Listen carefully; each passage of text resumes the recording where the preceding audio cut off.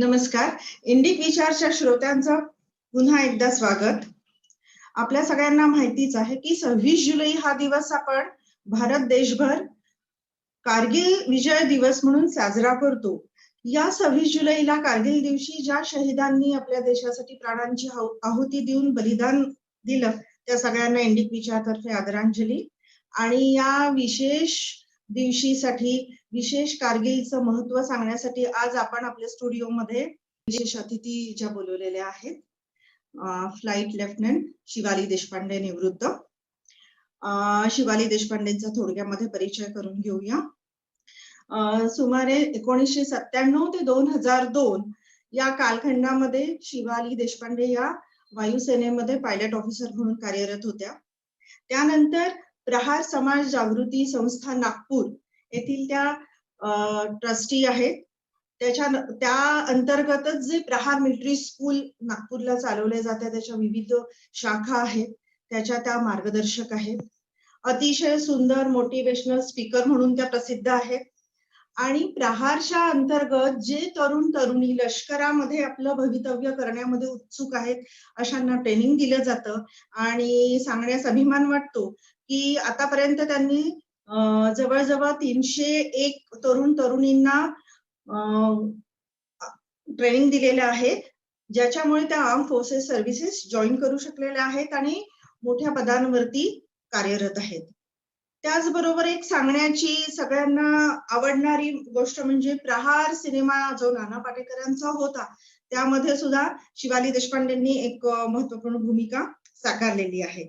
चला तर मग स्वागत करूया आपल्या आजच्या प्रमुख अतिथी शिवाली देशपांडे यांचं. नमस्कार. नमस्कार. नमस्कार. आज कारगिल विषयी आपण आमच्या श्रोत्यांना थोडी आपल्या पॉइंट ऑफ व्ह्यूने थोडीशी माहिती द्यावी आणि त्याचं महत्व सांगावं हा आमचा इंडिक विचारचा उद्देश आहे. त्या प्रश्न उत्तर अशा टाईपची आपली चर्चा आहे आणि हे जे प्रश्न आहेत आपण आपल्या प्रेक्षकांच्याही मनात असतील असं गृहीत धरू. तर पहिला प्रश्न म्हणजे येतो की कारगिल दिवस जो आपण 26 जुलैला दरवर्षी साजरा करतो हा का केला जातो? सगळ्यात प्रथम मी श्रद्धांजली अर्पण करू इच्छिते त्या सर्व सैनिकांना ज्यांनी आपल्या देशाला स्वातंत्र्य मिळवण्यासाठी आपल्या प्राणाची आहुती दिलेली आहे. हे वर्ष आपण आपल्या स्वातंत्र्याचे 75वा वर्ष असा साजरा करतो आहे. आणि त्याबरोबरच आपल्या देशाने स्वातंत्र्यानंतर जेवढे युद्ध लढलेले आहेत त्या सर्व युद्धांमध्ये ज्या ज्या सैनिकांनी आपले प्राण गमावले आहेत देशाची रक्षा करताना आणि फक्त हे निश्चित करण्यासाठी की आपण सगळे इथे सुरक्षित राहावे, तर ह्या सर्व सैनिकांना कारगिल युद्धामध्ये 570 आपल्या देशाचे सैनिक यांना वीरगती मिळाली होती. आणि खूप दुर्गम प्रदेशात युद्ध लढताना या सर्व सैनिकांना माझा मानाचा मुजरा आणि माझ्या हृदयापासून श्रद्धांजली अर्पण करू इच्छिते. कर्नल डॉक्टर VP सिंग यांची खूप सुंदर कविता आहे, त्याच्या 4 ओळी म्हणून मी यांना श्रद्धांजली अर्पण करू इच्छिते. गर्जना हो और हो हुंकार तुम, वज्र हो और हो टंकार तुम, धैर्य साहस शक्ति के आधार तुम, अनगिनत आहुतियों की धार तुम प्रलय हो और तुम सुमृत पवन, राष्ट्र के प्रहरी तुम्हें शत शत नमन, राष्ट्र के प्रहरी तुम्हें शत शत नमन. आता वळू आपण आपल्या प्रश्नाकडे की आपण का साजरा करावा 26 जुलै हा कारगिल विजय दिवस. वास्तविकरित्या मला एक प्रसंग आठवतो. माझे वडील ज्या वेळेला 1965च्या युद्धात होते, माझे वडील स्वर्गीय कर्नल सुनील देशपांडे जे प्रहार समाज जागृती संस्था यांचे ते संस्थापक अध्यक्ष होते. त्यांनी जेव्हा 1965चं युद्ध लढले होते तेव्हा त्यांचं वय होतं 21 वर्ष. आणि 21 वर्षाच्या वयामध्ये युद्ध लढणं आणि युद्ध लढण्याची संधी प्राप्त होणं हे म्हणजे आम्ही सैनिक आपलं सौभाग्य समजतो. आणि युद्ध जिंकल्यानंतर ते जेव्हा नागपूरला सुट्टीवर आले आपल्या आई वडिलांना भेटायला, तेव्हा त्यांनी सहज चर्चा करताना असं गर्वाने त्यांनी म्हटलं की आमची सेना युद्ध जिंकली. हम्म. तेव्हा तिथे एक सुजाण व्यक्ती होते आणि त्यांनी म्हटलं बाबांना की बाळा, युद्ध ही सेना नसते जिंकत, युद्ध हा राष्ट्र जिंकत असतो. राष्ट्र जर युद्ध जिंकतो तर मग या युद्ध जिंकलेल्या दिवसाला आपण का साजरा करू नाही? आपल्याला हे कळायला हवं की आपला जो युद्धाचा इतिहास आहे, स्वातंत्र्य प्राप्तीनंतर आपल्या देशाने किती युद्ध लढलेले आहे. स्वातंत्र्याच्या वेळेसचं एक युद्ध, 62चं एक युद्ध, 65चं तिसरं युद्ध, 71चं चौथं युद्ध आणि त्याच्याबरोबरच आपण 1999चं कारगिल युद्ध. जवळजवळ 5 युद्ध आपल्या देशाने लढलेले आहेत आणि या 5 युद्धांबरोबर मध्ये काय गोष्ट घडली होती, कसा हा युद्ध लढल्या गेला होता, या युद्धामध्ये आपल्या वीर सैनिकांनी काय काय वीर गाथा या लिहिलेल्या आहेत, कुठल्या प्रदेशामध्ये कुठल्या कशा वेदर मध्ये हे लोक तिथे लढलेले आहेत, या सगळ्या गोष्टी जर आपल्याला माहितीच नाहीये तर मग आपण आपला इतिहास हा कधी माहिती करून घेणार? आज आपण इथे जिवंतपणे श्वास घेऊ शकतो, मोकळा श्वास घेऊ शकतो. आता सध्या हे वैश्विक महामारी आहे म्हणून आपण बाहेर हिंडू नाही शकत, पण याच्या आधी 2019 मध्ये आणि आता हे लवकर संपेल हे अशी आपण आशा करू. त्याच्यानंतर आपण आपलं जीवन हे सुरळीतपणे पार पाडतो, आपण हसतो, गप्पा मारतो, आपले वाढदिवस साजरे करतो, लग्न कार्य करतो, आनंदाचे क्षण एकमेकांबरोबर साजरा करतो. हे कोणामुळे? हे फक्त आणि फक्त त्या सैनिकांमुळे, कारण ते आपल्या सीमेची रक्षा करतात. तुम्ही कधी हा विचार केलाय का की तिथे जर सीमेवरती सैनिक नसतील हे तर मग आपलं काय होईल? पाकिस्तान केव्हाच आत आला असता, चीन केव्हाच आत आला असता आणि आज तुम्ही आणि आपण असे या प्रकारे चर्चा नसतो करू शकतो. आपण हे स्वतंत्रपणे हे आपलं जीवन जगू शकतो आहे, ही पहिली गोष्ट तर त्या स्वातंत्र्य वीरांमुळे, ज्यांच्यामुळे आपल्याला स्वातंत्र्य मिळालं, आणि दुसरी गोष्ट वीर सैनिकांमुळे, ज्यांच्यामुळे आज आपण इतके सुखरूप इथे आहोत.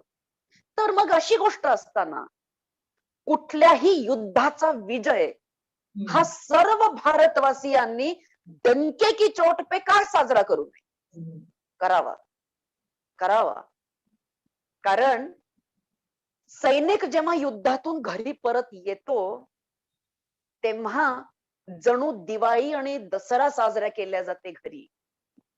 तो जेव्हाही घरी येतो त्यावेळेला एक सण साजरा केला जातो, जरी तो सणाचे दिवस नसतील तरी. आणि हे महत्व आपल्याला जेव्हा कळेल तेव्हाच आपण खऱ्या अर्थाने भारत देश हा जागरूक होईल. आणि म्हणून कारगिल विजय दिवस हा आपण साजरा करावा, कुठलाही युद्धाचा विजय दिवस. आता हा 26 जुलैला आपण का कारगिल विजय दिवस साजरा करतो? कारगिलचं युद्ध हे जवळजवळ 70 दिवस चाललं आणि ह्या दिवसांमध्ये पुष्कळ ठिकाणी म्हणजे आपण आपल्या विश्वासाच्या पलीकडे अशा गोष्टी आहेत कारगिल युद्धाच्या की अकल्पनीय, अविश्वसनीय अशा गाथा आहेत की जवळजवळ 15,000 फुटावरती असलेला पहाड, जिथे पूर्णपणे बर्फ साचलेला आहे, त्या पहाडावरती खालतून वरती चढून जाणे, चढल्यानंतर तिथे शत्रूशी युद्ध लढणे, त्या शत्रूला हाणून टाकणे आणि मग तिथे आपल्या देशाचा तिरंगा तिथे लावणे, ही किती कठीण गोष्ट असेल हे, ह्याची आपण कल्पना पण नाही करू शकत. आपण इथे मोकळा श्वास घेऊ शकतो, तिथे जिथे पहाड असतात तिथे जवळजवळ 10,000 फुटापासून ऑक्सिजन लेवलची कमी असते, त्याच्यामुळे तिथे श्वास नाही घेऊ शकत. तिथे तुम्ही एक पाऊल चाललं की तुम्ही थकता, तुम्हाला सतत उलटी सारखं वाटतं. तुम्हाला सतत तुमचं डोकं गरगरत असतं. अशा प्रदेशात 15,000 फुटाच्या उंचीवरती हे सैनिक चढतात आणि ते पण रात्री. कारण तिथल्या शत्रूला हे कळायला नको की आपण चढतोय आणि त्यांच्यावरती हल्ला करतोय. अशा वेळेला आपण जेव्हा चढून जातो, त्यावेळेला रात्री तिथे थंड प्रदेशात गार वारा सुटलेला असतो. त्या गार वाऱ्याला चा सामना करून, बर्फाचा सामना करून वर चढणे आणि त्या शत्रूला मारणे आणि मग ते युद्ध जिंकणे, हे किती महत्वाचं आहे हे आपल्या सगळ्या लोकांना कळायला हवं. आणि म्हणूनच 26 जुलैला आपण कारगिल विजय दिवस हा साजरा करायला हवा. खरं आहे शिवाली ताई, की मला असं वाटतं की जर हा दिवस आपण नाही नोंदवला गेला आणि साजरा म्हणजे करायचं असं नाही हे ठेवलं, तर लोक काही दिवसात खरंच हे आठवणींच्या पडद्याआड चालले जाईल आणि लोकांचं बलिदान म्हणजे त्यांच्या आठवणी सुद्धा कोणी काढणार नाही. अतिशय प्रतिकूल परिस्थितीमध्ये जे लढले, ज्यांनी प्राण गमावले, ज्यांची कुटुंब आज माहिती नाही म्हणजे एवढ्या वर्षानंतरही किती दुःखात असतील, तसं पाहिलं तर अभिमानाची गोष्ट तर आहेच. पण खरोखरी मला असं वाटतं नुसता कारगिलच नव्हे, तर प्रत्येक युद्धाचा विजय दिवस हा खरंच साजरा करायला निश्चित, हवा. हम्म. निश्चित, निश्चित, निश्चित. तर मला दुसरं की जसं आपण सांगितलं की रात्रीच्या वेळेला ते चढतात आणि उंचीवरचं हे युद्ध होतं. अशा वेळेला जो सैनिक एक फौजी लढाई करायला जात असतो, त्यावेळेला त्याच्या मनात नेमका कुठल्या भावनांचा कल्लोळ चाललेला, दाटलेला असतो. कुठलं मनातलं त्याचं एक युद्ध असेल ना, त्याचं सुद्धा म्हणजे हे युद्ध वेगळं आणि एक मानसिक युद्ध वेगळं असेल. तर त्याबद्दल मला असं वाटतंय की फौजी म्हणून आपण त्याची थोडी तरी कल्पना म्हणजे अनुभवली असेल, तर थोडीशी ती आमच्या प्रेक्षकांबरोबर शेअर करावी. श्रद्धाताई, जेव्हा एक सैनिक हा आपला युनिफॉर्म घालतो, ज्याला आम्ही वर्दी म्हणतो. ही वर्दी घातल्यानंतर अंगामध्ये, शरीरामध्ये एक वेगळ्या प्रकारचं एक रूप चढतं किंवा स्फुरण, एक वेगळ्या प्रकारचं आपण म्हणतो ना, जसं स्फुरण. अंग्रेजीमध्ये आपण म्हणतो की असं एक लाइटनिंग इफेक्ट येतो शरीरात. आणि तो युनिफॉर्म घातल्यानंतर मग आपल्याला आपला परिवार दिसत नाही, आपले नातेवाईक दिसत नाही, आपले प्रियजन दिसत नाही, आपलं काही आहे असं वाटत नाही. तेव्हा फक्त एकच डोळ्यासमोर असतं आणि तो म्हणजे राष्ट्र. आणि जेव्हा युद्धामध्ये सैनिक जातो, त्यावेळेला खरं सांगू तर बाबांकडून आम्ही युद्धाच्या गोष्टी ऐकलेल्या आहेत. आणि ज्यावेळेला मी पण भारतीय वायुसेनेत होती, त्यावेळेला हे कारगिल युद्ध लढल्या जात होतं. त्याच्यामुळे अ, अ, भारतीय वायुसेनेत असतानाही जे सैनिक आमच्या बेसवरती यायचे युद्ध क्षेत्रामधून, ते पण आपली गोष्टी सांगायचे आणि आम्ही ते खूप जवळून अनुभवलंय. तसं खरं तर जेव्हा एक सैनिक युद्ध भूमीमध्ये जातो, तेव्हा त्याला कुठल्याच प्रकारचं टेन्शन नसतं. कुठल्याच प्रकारचे विचार त्याच्या डोक्यात नसतात. त्याच्या डोक्यात एकच गोष्ट असते आणि ती म्हणजे की मला माझ्या बंदुकीने दुश्मनाला, शत्रूला मारायचं आहे. कारण मला माझा राष्ट्र वाचवायचा आहे. एक सैनिक हा बेसिकली 3 गोष्टींसाठी काम करतो. युद्ध लढतो म्हणावं आपण तर. नाम, नमक और निशान हे आम्हाला अकॅडमीमध्ये शिकवलं जातं. हे आमच्या सैन्यात आम्हाला शिकवलं जातं. की एक सैनिक ये जीता है इन 3 चीजों के लिए. नाम, नमक और निशान. आता हे नाम म्हणजे काय? नाम म्हणजे माझं नाव, माझ्या परिवाराचं नाव, माझ्या ज्या ज्या सैन्याच्या तुकडीमध्ये मी आहे सध्या, त्या तुकडीचं नाव, माझ्या देशाचं नाव. ह्या सगळ्या गोष्टींसाठी मी ही गोष्ट फत्ते केलीच पाहिजे. दुसरं म्हणजे निशान. निशान म्हणजे माझी जी सैन्याची तुकडी आहे, त्या तुकडीचा आमचा एक ध्वज असतो. तो ध्वज आम्ही आमच्या सैनिकांना जेव्हा जोश देतो युद्धाच्या वेळेला किंवा कुठेही काही कामगिरी करायची असेल तेव्हा आम्ही त्यांना जोश देताना त्यांना सांगतो की तुम्ही हे लक्षात घ्यायला हवं की तुमच्या तुकडीचं नाव हे सर्वोच्च मानल्या जावं याच्यासाठी तुम्ही करायला हवं का. मग ते त्यांच्या त्या तुकडीसाठी ते आपलं प्राण पणाला लावतात. तर त्या तुकडीचं निशान म्हणजे झेंडा. आणि मग तुम्ही राष्ट्रचा झेंडा, राष्ट्र का निशान म्हणजे तो तिरंगा, त्याच्यासाठी तुम्ही करायला हवं जे करायला हवं ते. आणि तिसरं म्हणजे नमक. आता नमक म्हणजे ज्या देशाचं मीठ तुम्ही खायलेलं आहे त्या मिठाला तुम्ही जागायला हवं. या 3 गोष्टींसाठी एक सैनिक हा नेहमी आपले प्राणपणाला लावतो.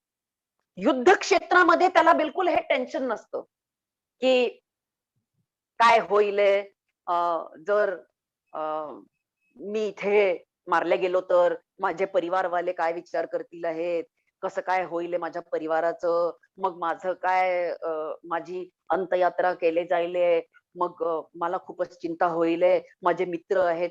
हे सगळे विचार अजिबात सैनिकाच्या मनात येत नाही. कारण एका सैनिकाला हे माहिती असतं की त्याचं जे जीवन आहे ते त्याच्या राष्ट्रासाठी अर्पण केलेलं आहे. आणि अर्पण केलेलं जे जीवन असतं त्या जीवनामध्ये अपेक्षा अजिबात नसते. आमच्या ऑफिसर्स ट्रेनिंग अकॅडमी चेन्नईमध्ये एक अकॅडमी आहे. तिथे खूप सुंदर एक 3 वाक्य लिहिले आहेत एक इंग्लिशमध्ये. आणि ते वाक्य असे आहे की we live by chance, we love by choice and we kill by profession.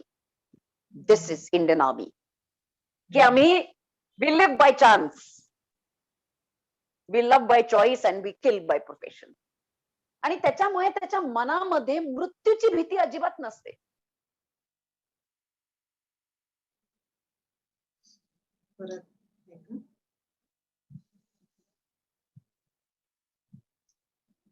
आम्हा लोकांना मृत्यूची बिलकुल भीती नसते. आम्ही लोक अगदी म्हणजे बिनधास्त असतो युद्धभूमीमध्ये. आम्हाला फक्त एकच आमच्या नजरेपुढे लक्ष असतं आणि ते म्हणजे शत्रू तिथे आहे आणि शत्रूला मला मारायचं आहे आणि हे युद्ध मला जिंकायचं आहे. एक सैनिक ज्या वेळेला युद्धभूमीत जातो त्यावेळेला त्याची मानसिकता कशी असते. डॉक्टर वीरेंद्र प्रताप सिंगने खूप सुंदर म्हटलेलं आहे, मैं भारत का सिपाही केवल इतना ही मेरा परिचय है, जान हथेली पे रखता हूं मुझको न किसी से भय है, देह मिट्टी का मेरा मस्तिष्क इस परिवेश का है, धमनियों में दौड़ता फिरता ये रक्त मेरे देश का है, बंधनों के मोह सारे आज पीछे छोड़ आया, सामने है लक्ष्य मेरा देर बस आदेश का है. ह्या उद्देशाने एक सैनिक हा युद्धभूमीमध्ये उतरतो आणि त्याला फक्त त्याच्या नजरेसमोर शत्रू आणि त्याची बंदूक हेच असतं. अतिशय म्हणजे अक्षरशः अंगावरती शहारा आला. आणि मला असं वाटतं की आपल्या देशावरचं प्रेम उचंबळून म्हणजे जेही आपले प्रेक्षक जेव्हा बघतील तेव्हा खरोखर ही भावना मला असं वाटतं की देशप्रेमाची सगळ्यांच्या मनात उचंबळून नक्कीच येईल, काही क्षण का होईना. दुसरा प्रश्न नशा असतो म्हणजे राष्ट्रभक्तीचा एक नशा असतो आणि तो नशा अनुभवायला सगळ्यांनी एकदा तरी मला असं वाटतं ऍटलिस्ट मिलिटरी ट्रेनिंग घ्यावं किंवा एकदा वर्दी घालून बघावी. नक्कीच. दुसरा प्रश्न म्हणजे आपण आता म्हणजे असं आता मी डिस्क्रिमिनेशन करत नाही मुलगा मुलगी, पण एक आहे की एक स्त्री म्हणून मुली म्हणून पण आजकाल तर कॉमन झालं आहे, मुली अगदी डिफेन्स सर्व्हिसेस मध्ये जॉईन होतात. तर सुरक्षा दलात जेव्हा त्या कार्यरत असतात त्यावेळेला त्यांना कुठल्या कुठल्या आव्हानांना आणि भिन्न तऱ्हेच्या आव्हानांना सामोरं जावं लागतं. आपण आपल्या दृष्टीने कुठले अनुभव असले तर असतील नक्की शेअर करा आमच्या बरोबर. खरं सांगायचं तर मी जेव्हा भारतीय वायुसेनेत गेली तेव्हा माझ्या पुढे आवाहन सच अजिबात नव्हतं. हम्म. कारण भारतीय वायुसेनेमध्ये जेव्हा मी पाऊल ठेवलं त्याच्या आधी मी एनसीसी मध्ये होती, नॅशनल कॅडेट कोर, राष्ट्रीय छात्र सेना. आणि राष्ट्रीय छात्र सेनेत असताना मी भारताची सर्वोत्कृष्ट महिला कॅडेट म्हणून निवडल्या गेली होती. पंतप्रधानांच्या हस्ते मला मेडल मिळालेलं होतं. हम्म. रिपब्लिक डे परेड 1993 मध्ये. हम्म. आणि मला माझे वडील सैन्यामध्ये असल्यामुळे मला भरपूर कसरत करायची आणि ह्या सगळ्या गोष्टी करायची मला भरपूर सवय होती. त्याच्यामुळे माझ्या एअरफोर्सच्या भारतीय वायुसेनेच्या कारकिर्दीत काहीही आव्हान as such माझ्या समोर नाही आलं किंवा मला ते बिलकुल कठीण वाटलं नाही. पण असंही नाही की बाकीच्या ज्या मुली ज्या सैन्याच्या बॅकग्राऊंड मधल्या नव्हत्या त्या जेव्हा आल्या तेव्हा त्यांना पण ते कठीण नाही, त्यांना ते कठीण वाटलं. त्यांच्या समोर इतकं मोठं फिजिकल फिटनेसचा प्रश्न होता किंवा त्यांच्याच्यानी एवढं सगळं झेपेल की नाही हा त्यांना खूप मोठा एक डाऊट होता. असं पण नव्हतं. कारण खरं सांगू ज्या वेळेला आम्ही सैन्यात जातो त्यावेळेला आमच्या सैन्य भाषेमध्ये आम्ही जे म्हणतो की कमराडरी हे खूप अप्रतिम एक टर्म आहे ज्याच्यामध्ये ज्याला आपण आपल्या भाषेत म्हटलं तर बंधुभाव, भाईचारा, की एकमेकांना घेऊन चलणे, एकमेकांच्या बरोबर राहणे, एकमेकांना प्रोत्साहन देत पुढे नेणे, एकमेकांमध्ये जोश भरणे, ह्या सगळ्या गोष्टी आम्हाला आमच्यामध्ये अशा आपसूक यायच्या. म्हणजे ह्या गोष्टी शिकाव्या लागल्या नाहीत आम्हाला. आणि ही सैन्याची आपल्या भारतीय सैन्याची एक तुम्ही म्हणाल ते एक ब्युटी आहे, एक स्पेशालिटी आहे, की आम्ही एकमेकांना प्रोत्साहन देतो, एकमेकांना आम्ही चॅलेंज करतो, की चल तू इतकं जाऊ शकतेस का? मग मी इतकं जाईन. मग तू ह्याच्या पुढे जायला हवं. म्हणजे असं करून आम्ही एकमेकांना सतत ट्रेनिंग देत असतो आणि आम्ही अशा प्रकारे करतो. जेव्हा स्त्रियांना परमनंट कमिशन द्यायचं हे जेव्हा सुप्रीम कोर्टाने आदेश केला होता त्यावेळेला भरपूर असे प्रश्न आले होते की महिला ह्या फिजिकली एवढं करू शकतील की नाही जर परमनंट कमिशन दिलं तर, महिलांना फिजिकल रित्या हे झेपेल की नाही झेपेल. माझ्या मते तर हा प्रश्न यायलाच नको. म्हणजे आपल्याला सगळ्यांनाच माहिती असेल, आपण हा पिक्चर बघितला असेल गुंजन सक्सेनावरती. फ्लाइट लेफ्टनंट गुंजन सक्सेना हिने कारगिल युद्धामध्ये किती सुंदर काम केलेलं आहे. युद्धामध्ये तिने भाग घेतलेला होता आणि युद्धामध्ये तिला जी कामगिरी दिली होती ती तिने खूप सक्सेसफुली पार केली होती, यशस्वीरित्या पार केली. तेवढंच नव्हे तर मेजर विवेक गुप्ता जेव्हा यांना वीर गती मिळाली तेव्हा यांची पत्नी मेजर डॉक्टर गुप्ता ह्या सैन्यामध्ये होत्या, मेजर होत्या. आणि यांनी पण या गोष्टीचा सामना इतक्या छानपणे केला आणि त्याच्यानंतर आपण दरवेळेस पेपरमध्ये वाचतो, मीडियामध्ये वाचतो की जे सैनिक ह्यांना वीर गती प्राप्त होते वेगवेगळ्या ऍक्शन्स मध्ये, काश्मीरमध्ये म्हणा किंवा गलवानमध्ये म्हणा किंवा आतंकवाद्यांशी लढताना म्हणा, त्यांच्या आज म्हणजे त्यांची पत्नी, वीर पत्नी ही सैन्यामध्ये भरती होते. म्हणजे याचा अर्थ असा तर नाही की स्त्रिया ह्या कमी आहेत कुठल्या गोष्टीमध्ये.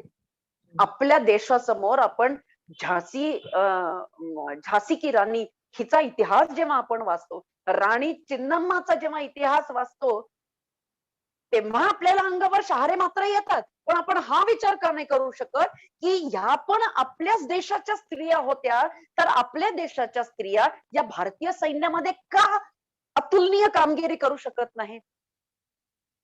या करू शकतात, या निश्चित करू शकतात.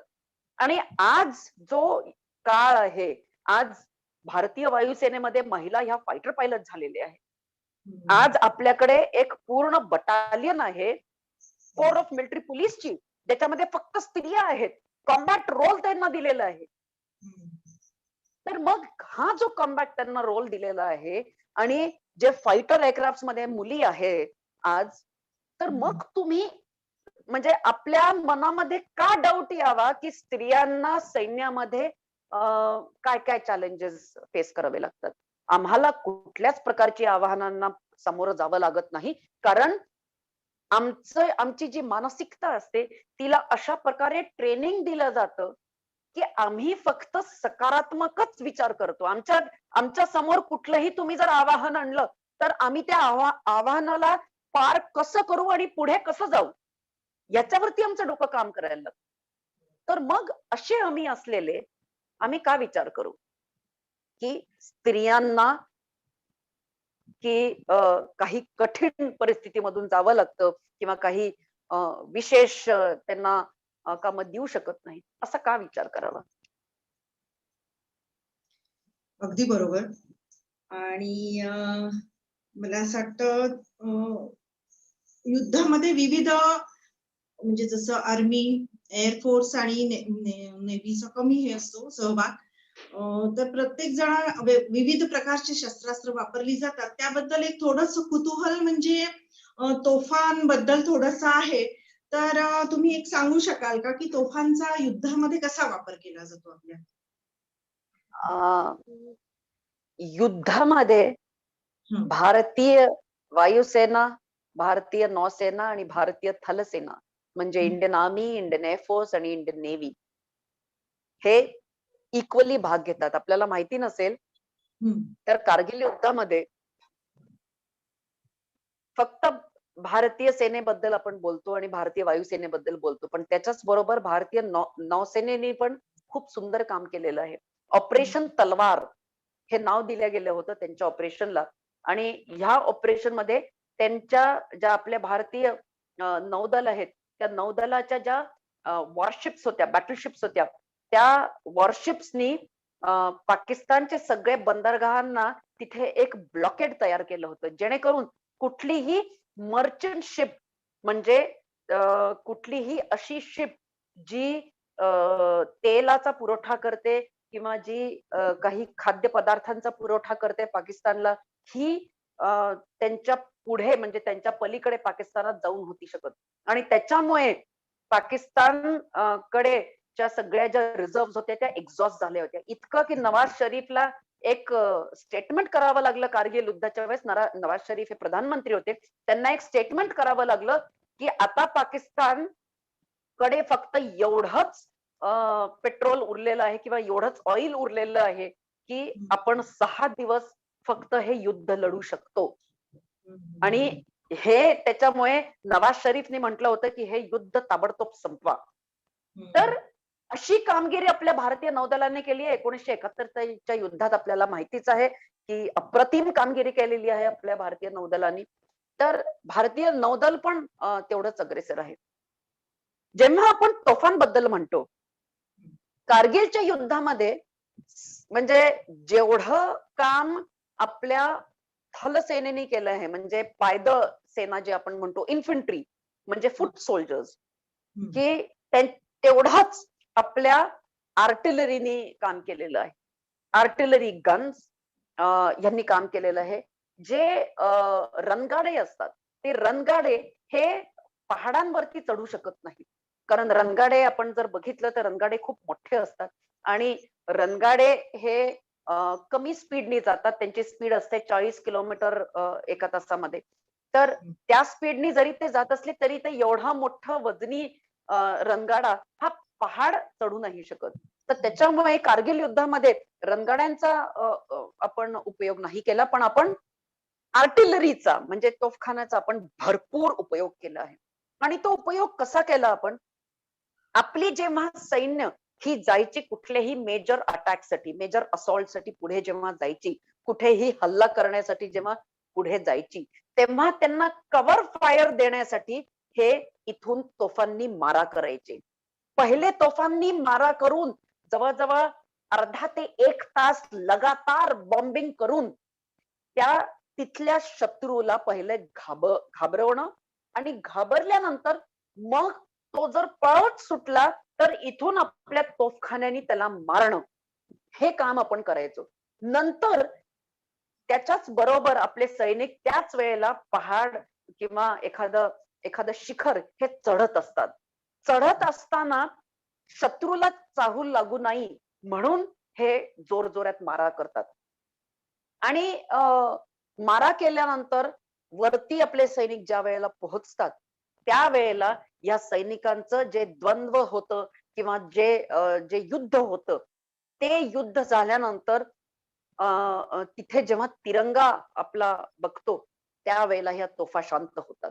तोपर्यंत ह्या तोफा लगातार कव्हर फायर देत असतात, लगातार हे बंबार्डिंग करत असतात. एक दुसरी गोष्ट फार प्रेक्षकांच्या मनात अशी येऊ शकते, आपण असे खूप चित्र बघतो हम्म. टीव्ही समोर किंवा आपण मॅगझिन्स मध्ये, की हे जे तोफा असतात ह्या अशा उंच पहाडाच्या मागे ठेवली जातात आणि तिथून मारा करतात. हम्म. तर हे असं उंच पहाड का? तर त्याचं कारण असं आहे, की शत्रू किती डिस्टन्सवर आहे, किती दूर आहे, हे आपल्याला माहिती नाहीये. त्याच्यामुळे ते डिस्टन्स कॅल्क्युलेट केला जातो. आणि प्लस मध्ये काय काय ऑब्स्टिकल्स आहेत. म्हणजे आपण जर हा ठिकाणाहून आपण जर या ठिकाणाहून दुश्मनावर मारा करत करत आहे,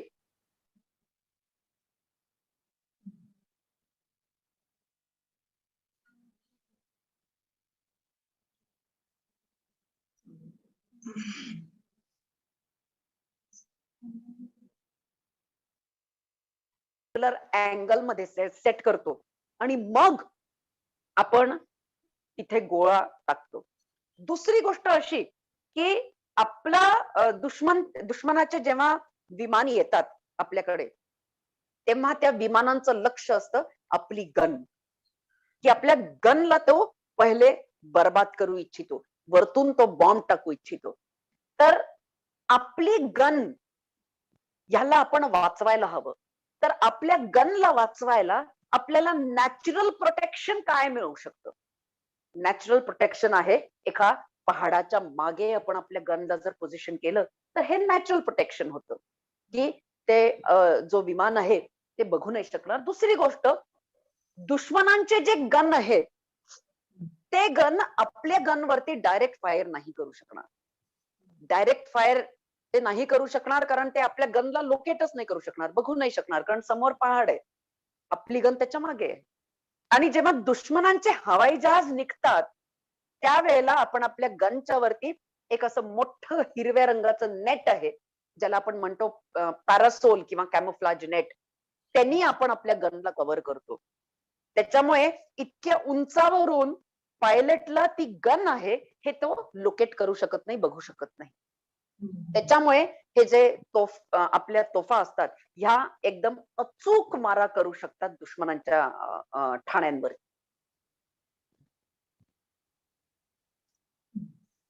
वा, छान. मला असं वाटतं की बऱ्यापैकी प्रेक्षकांना किंवा एक सिव्हिलियन्सला की ज्यांनी युद्ध कधी अनुभवलेलं नाहीये, त्यांना थोडीफार तरी कल्पना आली असेल की ऍक्च्युली युद्धामध्ये काय घडतं. कारण बहुतेकांनी मला असं वाटतं एक तर सिनेमांमधनं वगैरे बघितलेलं असतं आणि बऱ्यापैकी त्यात कृत्रिम पण गोष्टी दाखवल्या जात असाव्यात, असं म्हणजे मला असं वाटतं. तर आपण आज बऱ्यापैकी युद्धाविषयी माहिती आमच्या प्रेक्षकांना दिली. दुसरा एक प्रश्न म्हणजे की आपण जेव्हा ट्रेनिंग देता, आपल्याकडे येणारे जे तरुण तरुणी ऑलरेडी ते देशप्रेमाने स्फुरित असतात, प्रेरित असतात, तर त्यांना खरंच फिजिकल ट्रेनिंगची गरज असते की मानसिकरित्या पण आपण त्यांना त्यांच्यात काही असे ज्याला म्हणतो ना माइंडसेट माणसाचा खूप महत्वाचा असतो, तर असंही काही घडवता का? म्हणजे एक असा मला स्वतःला नेहमी प्रश्न पडतो.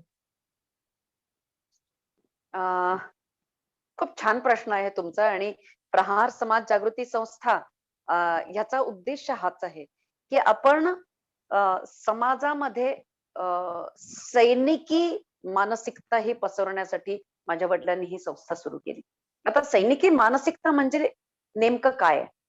तर एक सैनिक कसा असतो? तो अनुशासित असतो, तो जागरूक असतो, त्याच्यामध्ये साहस खूप असतं, निर्भय असतो तो. त्याच्यामध्ये भारताचे जीवन मूल्य असतात आणि त्याच्यामध्ये राष्ट्रप्रेम, हे राष्ट्रप्रेमाने तो ओतप्रोत असतो. असा हा एक सैनिक असतो. तर हे गुण जर आपल्या देशाच्या सामान्य नागरिकांमध्ये आले, तर आपल्या देशाला खूप वाट नाही बघावी लागणार विश्वगुरु व्हायला. आपला देश खूप लवकरच विश्वगुरु होईल आणि ह्याच्यासाठी प्रहारची ही चळवळ 1994 पासून सुरू केलेली आहे आपण. आमच्याकडे जेव्हा मुलं ट्रेनिंगला येतात किंवा शिबिराला येतात, कॅम्पसाठी येतात, तेव्हा आम्ही त्यांना सांगतो की फिजिकल फिटनेस हा तर बेसिक गोष्ट आहे, ही तर बेसिक गोष्ट आहे आणि सध्या तर ह्या महामारीमध्ये आपल्याला सगळ्यांना कळलं असेलच की आपण किती फिजिकली फिट असायला हवं. त्याच्यामुळे फिजिकल फिटनेसचं महत्व हे आपल्याला सगळ्यांना माहितीच आहे. पण त्याच्याच बरोबर आपण मनाने कधी खच्ची न होता आपल्या ध्येयाकडे सतत बघून ध्येय गाठणे हे किती महत्वाचं आहे, या गोष्टीवरती आम्ही जोर देतो.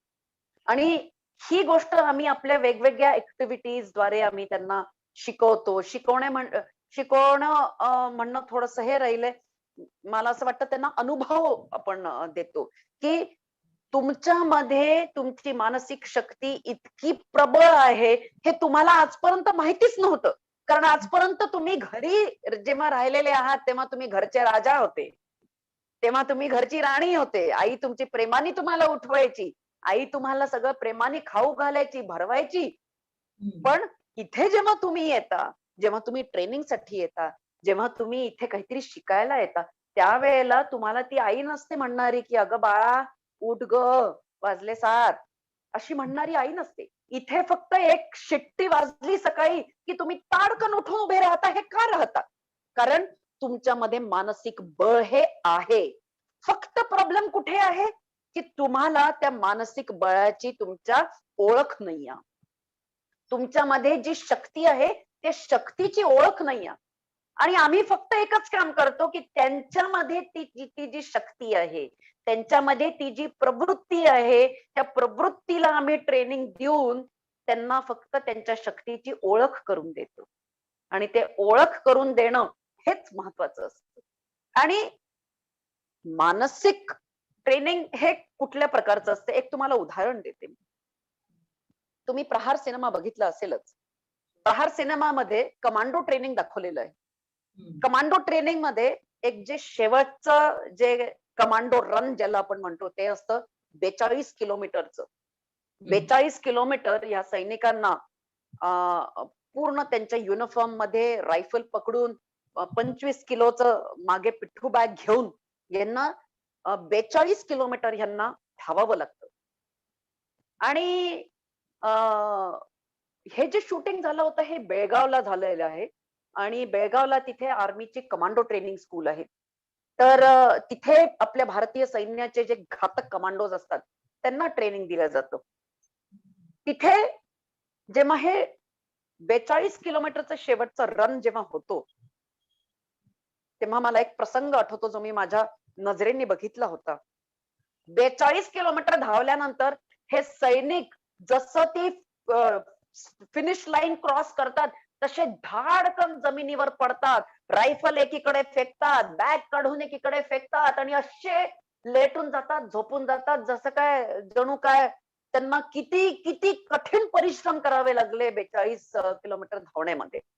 आणि असे एकदम थकलेले भागलेले दाखवतात. त्यावेळेला एक इन्स्ट्रक्टर होता. त्या इन्स्ट्रक्टरनी या सैनिकांची ही परिस्थिती बघितली आणि त्यांना म्हटलं, की "तुम्ही इतक्या लवकर थकले? अरे तुम्हाला जर दुश्मनच्या इलाक्यामध्ये जायचं आहे, जर शत्रूवरती हल्ला करायचा आहे, तर तुम्हाला 42 किलोमीटर आतमध्ये अशाच प्रकारे पळत शत्रूच्या ठाण्यांवरती जावं लागेल आणि मग तुम्हाला लढाई लढावी लागेल. तुम्ही जर इतक्या लवकर 42 किलोमीटर धावल्यानंतर थकलात, तर लढाई कोण लढेल? लढाई लढण्याची ताकद कुठे आहे तुमच्यात?" आणि मग तितक्यात रस्त्यावरून एक ट्रक जात होता. त्या ट्रकच्या मागे खूप छान म्हणी लिहिलेल्या असतात. त्या म्हणींवरती त्या इन्स्ट्रक्टरचं लक्ष गेलं आणि त्या इन्स्ट्रक्टरनी ह्या कमांडोजना सांगितलं ते वाचा. आणि ती म्हण अशी होती, "कदम चूम लेगी आगे बढ़के ये मंजिल." म्हणजे तुम्ही ज्या रस्त्यावर जाता आहे, अरे तो रस्ता येऊन तुमच्या पायाशीच पडेल आहे, मस्तक टेकवेले. कदम चूम लेगी आगे बढ़के ये मंजिल, अगर मुसाफिर हिम्मत न हारे. जर तुम्ही हिम्मत नाही हारले, हम्म. तर तो रस्ता स्वतःच येईल आणि तुम्हाला नतमस्तक होईल तुमच्या चरणांशी. आणि मग ह्या सगळ्या लोकांना जोश आला. हे उठले सगळे, आपले बॅग घेतली, रायफल घेतली आणि सरांना, आपल्या त्या इन्स्ट्रक्टरला म्हटलं, सर अब बताओ अब क्या करना है? 10 और किलोमीटर दौडोगे तुम. आणि खोटं वाटेल तुम्हाला की 10 आणखीन किलोमीटर हे आरामात धावले आणि 10 किलोमीटर पुढे धावल्यानंतरही हे सावधान मध्ये सरळ तटस्थपणे उभे होते. ह्याला म्हणतो आपण मानसिक बळ, मानसिक शक्ती. खूप छान. म्हणजे मला असं वाटतं काय म्हणतात ओव्हरकम करू शकतो. म्हणजे शारीरिक जर काही विकनेस हो, असेल, तर मानसिक बळ निश्चित, त्याला ओव्हरकम करू शकतं इझिली. तेवढी प्रबळ निश्चित, इच्छा निश्चित. असेल. ज्याला आपण विल पॉवर म्हणतो, स्ट्रॉंग विल पॉवर असेल तर. हो, हो. अगदी, अगदी. अतिशय छान उदाहरणाने तुम्ही समजावलं. आणि एखादा जाता जाता एक शेवटचा प्रश्न, थोडंसं प्रेक्षकांना हो. पण एक रंजक असं, की आपण प्रहार सिनेमामध्ये नाना पाटेकरांच्या कशा तऱ्हेने म्हणजे कसं आपल्याकडे भूमिका आली आणि काय रोल केला सांगा बरं? भूमिका आली एज सच नाही हां. नाना पाटेकर हे माझे मामा आहेत. ओके. आणि माझ्या वडिलांची पोस्टिंग ज्यावेळेला बेळगावला होती, तर हं, हं. त्यावेळेला उन्हाळ्याच्या सुट्ट्यांमध्ये प्रहार या सिनेमाचं शूटिंग होत होतं. आणि नाना पाटेकर जितके मोठे कलाकार आहेत, तितकेच मोठे ते विचारवंतही आहेत. आणि त्यांना असा पिक्चर काढायचा होता, की ज्याच्यामध्ये ते सैन्याचं ट्रेनिंग दाखवतील, एका कमांडोचं ट्रेनिंग दाखवतील. आणि असा ट्रेनिंग प्राप्त केलेला कमांडो, जो सैनिकी गुण ज्याच्यात असतात, ज्याच्यात अनुशासन असतं, निर्भयता असते, जागरूकता असते, नैतिक मूल्य असतात, राष्ट्रभक्ती असते. असा सैनिक जेव्हा समाजात जातो आणि समाजात जेव्हा बघतो, की भ्रष्टाचार आहे इथे, इथे आपण स्वार्थी खूप आहोत, आपल्याला एकमेकांसाठी वेळ नाही आहे, इथे चोऱ्या होतात, इथे अ, एकमेकांना माणसं मारतात, इथे बलात्कार सारख्या घटना होतात. तेव्हा त्या सैनिकाच्या मनावरती काय परिणाम होतो आणि तो सैनिक कुठल्या प्रकारे रिएक्ट करतो या सगळ्या गोष्टींना. हं. असा एक पिक्चर त्यांना दाखवायचा होता आणि त्या पिक्चरचा जो शेवटचा जो मेसेज होता, तो मेसेज खूप महत्वाचा त्यांना द्यायचा होता, की ह्या देशाला मिलिटरी ट्रेनिंग देण्याची खूप गरज आहे. मिलिटरीमध्ये जाणं नाही, जाणं कंपल्सरी करा असं नाही. पण प्रत्येक मुलाला हे एक मिलिटरीचं ट्रेनिंग देऊन त्याच्यामध्ये अनुशासन आणणं, त्याच्यामध्ये बेसिक जागरूकता आणणं, त्याच्यामध्ये त्याला निर्भय बनवणं आणि त्याच्यात राष्ट्रभक्ती ही जन्मापासून येणं. हं. हे जर आपलं झालं, तर आपला राष्ट्र हा कुठल्या कुठे जाईल. या उद्देशाने नाना पाटेकरांना हा पिक्चर काढायचा होता आणि माझे वडील त्यावेळेला बेळगावमध्ये पोस्टेड होते आणि ह्या पूर्ण पिक्चरला जे मिलिटरी डायरेक्शन आहे, सैन्याचं जे डायरेक्शन आहे, ते माझ्या वडिलांनी दिलेलं आहे. आणि उन्हाळ्याच्या सुट्ट्या होत्या त्याच्यामुळे मी तिथे गेलेली होती. तसं मी इथे माझ्या आजी-आजोबांजवळ नागपूरला राहायची. सुट्ट्या असल्यामुळे मी तिकडे गेली होती आणि हे पूर्ण शूटिंग मी बघायची. रात्री माझे वडील आणि श्री नाना पाटेकर हे चर्चा करायचे, की प्रत्येक सीन मधून आपण काहीतरी प्रेक्षकांना मेसेज द्यायला हवा. प्रत्येक डायलॉग म्हणून मधून प्रेक्षकांना काहीतरी कळायला हवं. हे जेव्हा चर्चा करायचे, तेव्हा मी तिथे बसून खूप ऐकायची. मला असं वाटतं तेव्हापासूनच माझ्या मनामध्ये समाज कार्याचं बाळकडू आलेलं आहे. आणि त्यावेळेला मग एक सीन होता त्याच्यामध्ये, की ज्याच्यामुळे त्यांना दाखवायचं होतं, की अ, कोणा स्त्रीला किंवा कोणा मुलीला जर कोणी छेडखानी केली, तर त्याचा काय रिझल्ट होतो. सैन्यामध्ये कुठल्या स्त्रीला तुम्ही चिडवणं ही किती किती मोठं क्राईम आहे. ही गोष्ट थोडीशी दाखवायची होती, की आपण जर सैन्यामध्ये बायकांना किंवा स्त्रियांना इतका आदर द्यायला जेव्हा शिकतो, तर आपल्या समाजामध्ये तर स्त्रियांना आदर देण्याची तर परंपरा आहे. आणि आपल्या देशाच्या इतिहासात परंपरा आहे. तर मग हा इतिहास आपण इतक्या लवकर कसं विसरलो? तर हे जे दाखवायचं होतं आणि त्याच्यामध्ये तो एक छोटासा सीन होता, की 2 मुली जॉगिंग करत जातात आणि तिथे ते कमांडोज पण जॉगिंग करत येतात. ते एक कमांडो शिट्टी वाजवतो आणि मग ती मुलगी घरी जेव्हा जाते, तेव्हा नाना पाटेकर जो इन्स्ट्रक्टर असतो कमांडोजचा, तो तिथे बसलेला असतो. ती मुलगी जाऊन त्याला सांगते, की "अंकल आपकी गंजे है ना?" तर मग तो म्हणतो, "गंजे नहीं, कमांडोज." मग मी म्हणते ते